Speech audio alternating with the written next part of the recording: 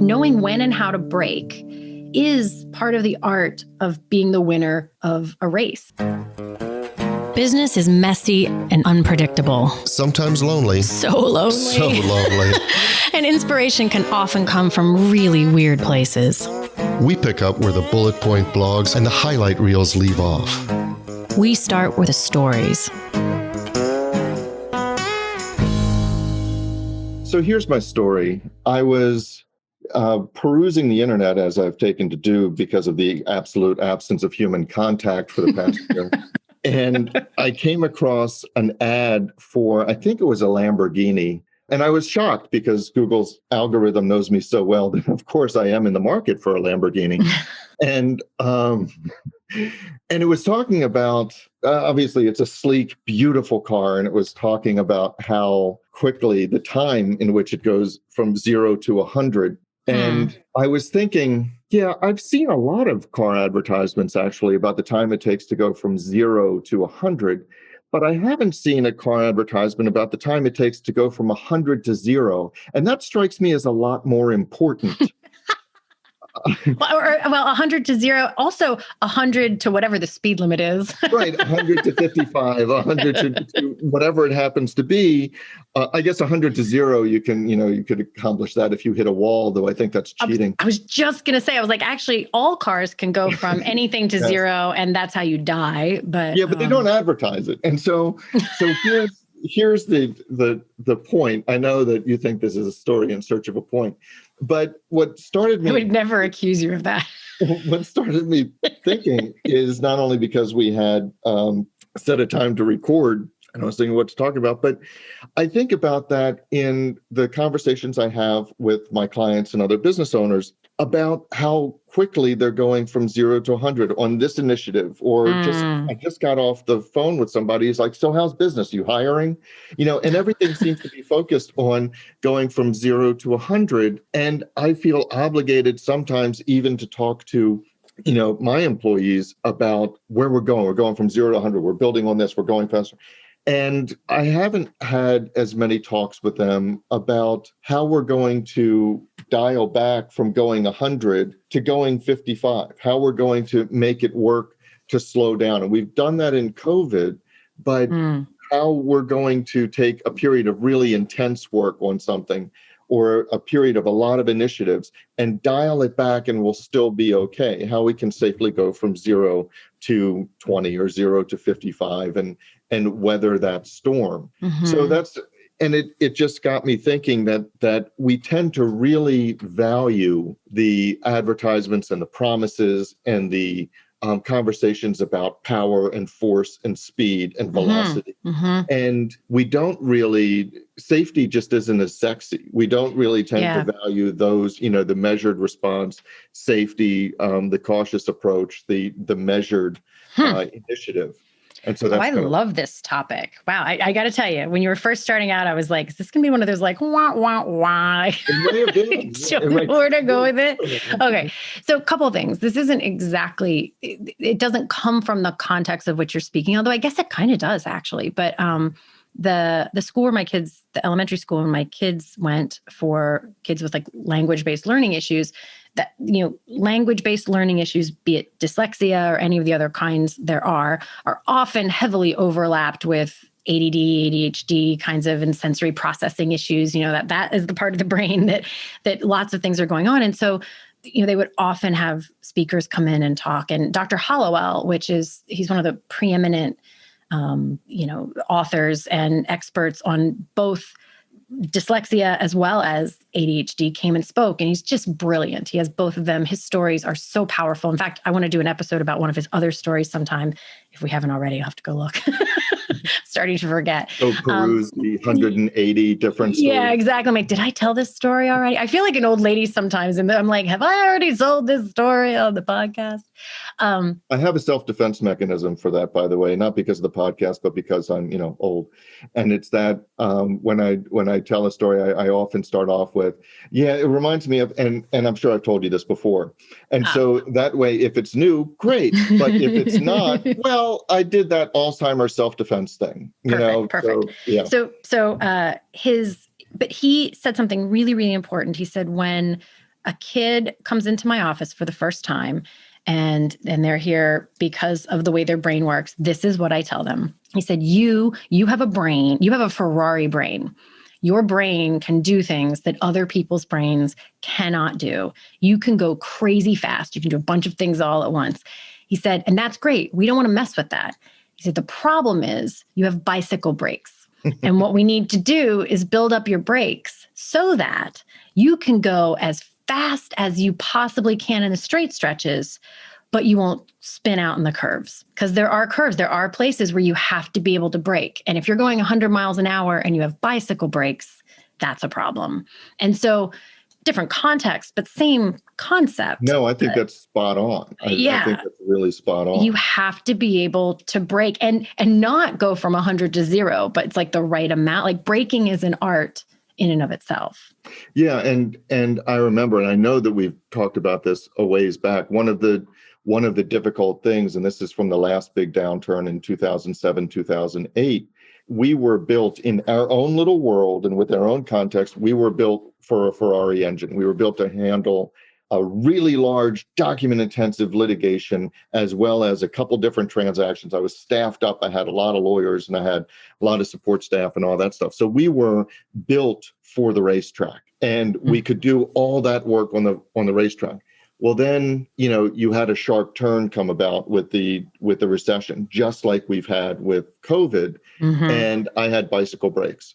I decided that interesting. I was not. I was going to hope that the guardrail was just a suggestion, and I ran into a good bit of trouble, and I had to bring in somebody from the outside who could really help me analyze the finances. And she's the one that said, yeah, you have to let some people go. This is what you have to do, et cetera. In other words, I didn't have brakes. She had to be the brakes. She had to be the one that took control and pulled the emergency brake and all that stuff, or showed me how to do it. Yeah. And so, because we weren't built to cut back on anything. Yeah, well, there's cutting back. Yeah, it's interesting because when we were first talking about brakes, I wasn't even thinking of it in the context of cutting back or downsizing. That makes perfect sense because we're talking about like equal and opposite things here. So there's growing and scaling, and then there's like when to cut back. So that's one form of this speed versus slowing down brakes.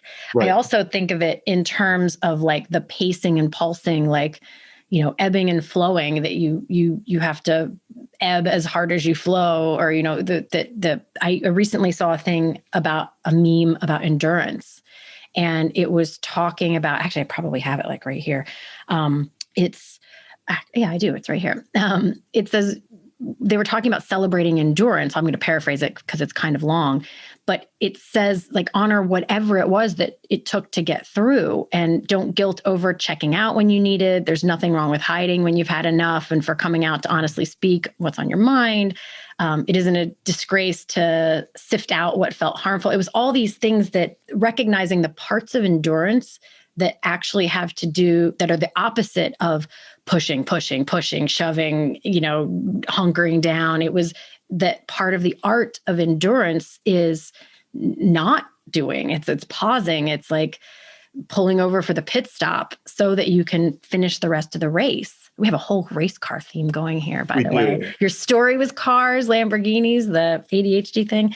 On all of these things, there's the pushing and the hustle, and then there's also the leaning back. I don't know, I'm making a lot of hand gestures here that aren't helpful. But I think that leaning back often is accompanied by guilt. I mean, for example, in a micro sense, if I were to go out, let's pretend COVID didn't exist. If I were to go out and take a 2-hour lunch, and I came back to the office and somebody said, wow, you were gone. That was a long lunch. You were gone for a while. My gut reaction, my inclination would be to say, yeah, but I'm staying late. I'm staying until 7:00 this evening. Or, well, I came in at 6 and I just was doing this. Or maybe even, yeah, but it was a really important client or a really important prospect. But it would go against everything I was taught to, when somebody says, hey, that was a long lunch, that was a 2-hour lunch, to look at them and go, yeah, I really needed that. Yeah. Full stop. Yep. Just that's a complete answer. Yep. And it was great. Yeah. No, there's this fantastic little tiny book called something that I won't remember right now. I think it's called The Secret Language of Teams. I'll look it up. Don't we really mean that Christy will look it up? Well, yes, it could be, but if I give her nothing to work with, she has. That's where she works her magic. She is magic that way. She does manage to find things with the vaguest of my references. She'll be like, "Is this what you meant?" I'm like, "It is. How did you even find that?" I have it here, so I can send it to her. It's this tiny little book that came to me quite by accident. Like, it literally showed up at my desk when I was still COO or it came in the mail when I was COO at the architecture firm. And it's short and it's a fast read, and it's all about accountability. And I'm probably referenced it before because it's accountability as a front-loaded thing, not like accountability as an after-the-fact punitive measure you take when things get off. But it specifically is talking about the languaging and the agreements you have to have in communication for that to happen.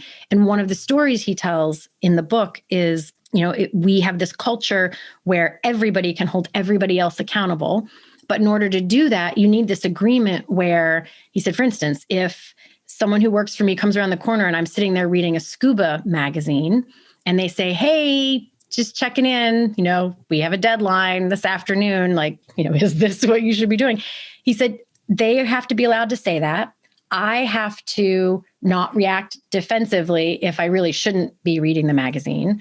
And this was the important part. If that's the case, say, "Thank you. I appreciate the feedback, thank you for the reminder," and get back to work. He said, but there also has to be this space for me to be able to say, "I hear you. I just got off the most I'm furious from this call I had with the client and I need a few minutes to decompress, or I'm not going to be able to work on anything for the rest of the day." And there to be the trust that, like, cool, I'll trust that you'll, not sit here and read for 5 hours, that you're doing what you need to get back in the game. And that is what we're talking about, this art of, what do I need right now to do my best work? And is that pushing forward, or is that a little bit of a like, I'm out of here? Right. And so what you were saying is, and by the way, when you brought up that book, I thought initially you said The Secret Life of Teens. And I was like, oh, and then you started talking about accountability. I was like, well, that kind of makes sense. Yeah. But then I realized it was teams. Okay. Teams. But anyway, but what you were talking about is the kind of communication and trust that was established as a foundation long before that conversation in your example took place. Yes. Which meant that the brakes in the Lamborghini were installed long before you had to pump them. They weren't bicycle brakes. That's what Dr. Holloway was talking about. They weren't bicycle brakes, because it doesn't matter if you decided, yes, I'm making the educated decision to pump the brakes. If they're bicycle brakes, it doesn't matter. Right. You can pump bicycle brakes all you want. But you're going from 100 to 98. That's about it. Yes. So it's setting that foundation for communicating within teams, as well as the expectation that you're not always talking about power and velocity and acceleration. You're talking about safety and self-care.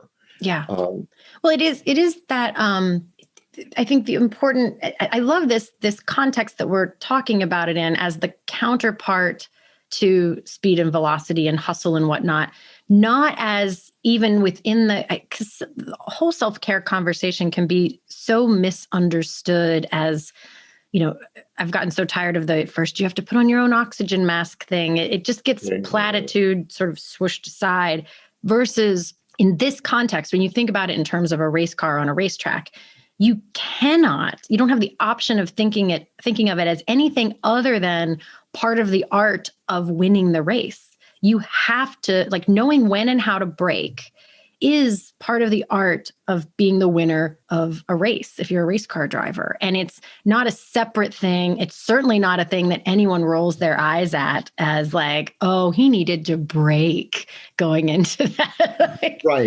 Right. But they do, just like I said, coming back from a 2-hour lunch, to say, yeah, I just needed to do that.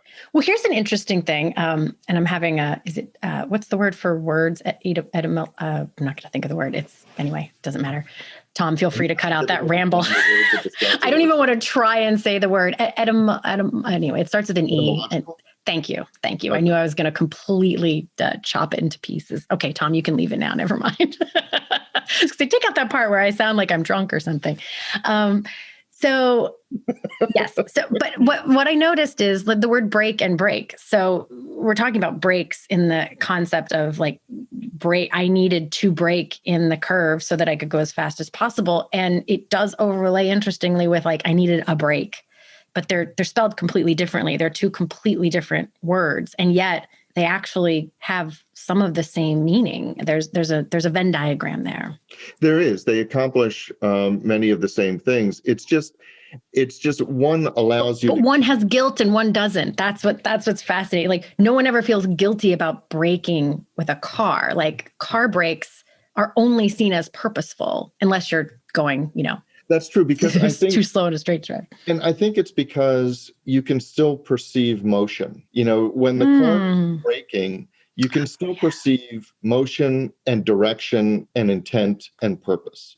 When you're taking a break, when you're off in a parking lot somewhere, just sitting in your car, you have to trust that there is purpose. And that I think creates the space for the guilt. Yes. Because it feels like you are stopping, if not actually going backwards. Like Correct. You're wasting time. Yeah, you're wasting time. So that if you're braking, but the car is still moving forward, you also still demonstrate that you're in control. But if you're taking a break, then do you have to compensate for that by telling people that you're still in control, that this is intentional, that you're still who you need to be, doing what you need to be, et cetera. Because it's harder for people to trust, or harder for you to trust that people acknowledge that you're still doing what you need to be doing. Yeah, I love that. I like things that sort of hack your brain, and just like replacing that word instead of like I'm taking a break, but like I'm using my brakes for a minute. Yes. Like it just feels completely different. Not that I'm going to literally say that to someone, but in my own head, if I switch those things between taking a break versus I'm using my brakes, it feels completely different to me, just physiologically even.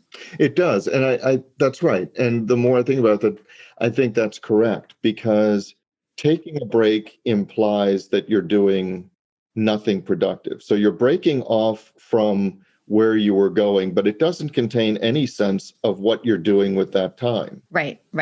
So you're taking a break, and you're you could be watching all 9 seasons of whatever it is on Netflix. And maybe that's what you need. Which might be exactly what you need in the moment. Yeah. Depends. But the point is that if you say you're taking a break, it's a negative. You're escaping from something rather than going to something. But if you're using your breaks, you're still going to it. You're just calculating your path and your method. Right. And that seems very proactive. Well, that I think is the discernment that is so important, because if you make it black and white, if you make it that taking a break is bad or good, then both of those have a risk, because it's a lot like what you just said with 9 hours of a Netflix thing. Like, do you need 9 hours of Netflix to refuel and sharpen your axe, whatever metaphor we want to go with, to get back in? Probably not. That has probably tipped over into, there's inertia here. I'm avoiding something. I'm maybe wasting time, unless you're that depleted and you really do need like days off. Same with the scuba magazine thing, like he needed to reset from the call. That probably didn't look like 5 hours of scuba magazining. Like, what is the amount of, like, I've had people say, oh, I have to stop playing this video game that I play when I come home from work. And, because I end up spending the whole evening. I'm like, well, does it serve a purpose? Like if you just stopped it all together, they're like, well, it's like the one thing that helps me, slough off the day, like the palate cleanser from my day, to be able to relax in the evening. I'm like, great. So how much of it does that? And where does it become like a mindless, it's like, where's the difference between like I'm having a couple potato chips and I'm just like watching a show and like automaton shoving the more and more into my mouth kind of thing. So discerning that place where it has served its purpose, where you've slowed down enough. Again, I love the race car metaphor. Like they don't slam the brakes and like come to a stop and sit there on the whatever it's called, not tarmac, whatever they call it. It's funny because tarmac was the first word that occurred to me, and I was like, the pavement. I don't know what the track. That's the word for it. Just the track. They don't do that. There is an art to like just enough brake to maintain your optimum speed, but not spin out and then hit the gas again. And when you were talking about the way to think about that and kind of the mind hack, it reminded me of something which is still just out of reach, but there are certain things that where you can just change a little bit of how you're thinking about them. Don't think that, don't say this, say that. It's just a little turn of phrase. One example, but it wasn't what was just kind of on the tip of my tongue, but is what Michael Port at HPS says sometimes, which is when you're really worried about, in his world, public speaking, you're going up on stage, you're doing this, to change the thought from I have to do this to I get to do this. And it's just that kind of shift in mindset from I have to, and you can feel the weight associated with I have to I get to, and you feel the excitement associated with the I get to, that it's a privilege to do that. And I'm going to try that when I go to load the dishwasher. I get to load the dishwasher. We'll see if that helps. I'm going to predict no, but I'll try it. But, well, it depends on the circumstances you're coming from. And you were born in West Virginia. You know what a privilege it is. Hey, easy. I will say we just had to replace our dishwasher because it broke. And I did make a lot of jokes at that time. I'm like, I think it broke because I've complained so much in the past 6 months about how many dishes there are and that I'm constantly loading the dishwasher. And that it was like, you think it's bad loading me? Wait till you see what life's like without me. That's and for right. like so 2 weeks, I had to wash the dishes. Right. So now, right after the first day, after that 2 week period, you're like, hey, I get to load the dishwasher. Fair point. I take it. But so I'm curious, and because I started this by saying that there's something at the tip of my tongue, there was that kind of shift in language. And I actually would kind of ask our listeners to chime in if they'd be willing to do this on the Facebook group. If there's that little word twist, that little word hack about when I stopped thinking about it like this and started thinking about it like that, it really energized me, or it really was a shift in my thinking or whatever. Because those little hacks, even the break, those little hacks can be really important. Yeah. No, I think anything that just relights a pilot light around something, it doesn't matter how silly it is. If it works for you, it works, and it might work for someone else. So I'll add a couple of things. If you're not already in the Facebook group, you can hop on in to put it there. Also on our website, so here's mystory.com, there's a little button where you can leave us a voice message. So it's fast, easy. You can do it right from your phone. It comes straight to us. So that's super simple. You can do it that way. You can also shoot us an email at talktous@sohere'smystory.com, which might be the most letters in any email address that you'll ever have to type. So we really, really thought that through in the beginning. if you have an urgent message from 1985, I can give out my fax number. Do you still have a fax machine? We have a fax machine. Yes, we have a fax machine for purposes. There is one, there are actually a couple states and one county in Maryland where you have to fax things in, like if you're forming a company, whatever. And there was one lawyer, we had a large case with one lawyer who refused to communicate in any medium other than fax. We kept it on for this one case. And sure enough, the fax would whine, and it was either an advertisement for like a 3-night trip to Cancun, or it was from this lawyer who was okay. Now I want to do a whole episode on this. People still advertise via fax, like they send out mail. I should say the next time it comes in for the free roof inspection or the Cancun thing, I'll save it so that we can put it up. Thank you. Yes. I can't believe anyone is like, that almost makes me think it's just on autopilot somewhere and someone doesn't even know that that's a thing still. It's like for a company that doesn't even exist or wow. But all right. Wow. Yeah, that was a bit of it. Well, yeah. I think that's a tangent. A little bit. But, here we go. You know what's important about this moment? Because I think this is the first episode that it hasn't. I've had many people ask me about how we end so tightly. And I'm like, I don't know. There just comes a point where it just feels like it's a perfect end and we just stop and that's the end of it. And I don't know what this was. It wasn't bad. So this is proof that we don't script it and it doesn't have some like super orchestrated end. So this is what happens when we don't have that little perfect ending spot. So that's our story. But the discussion doesn't have to end here. No, it does not. In fact, we don't want it to. No, we don't. That is why we actually have our private Facebook group, which we started to make sure that we could get your comments, your rants, your thoughts, your stories. Your stories. You can find links to that group as well as show notes and links to subscribe via email and how to find us just about anywhere you can possibly find podcasts at sohere'smystory.com. And you can also find us on Facebook and Twitter at SHMS Podcast. And since we know it takes a village. Yes, it does.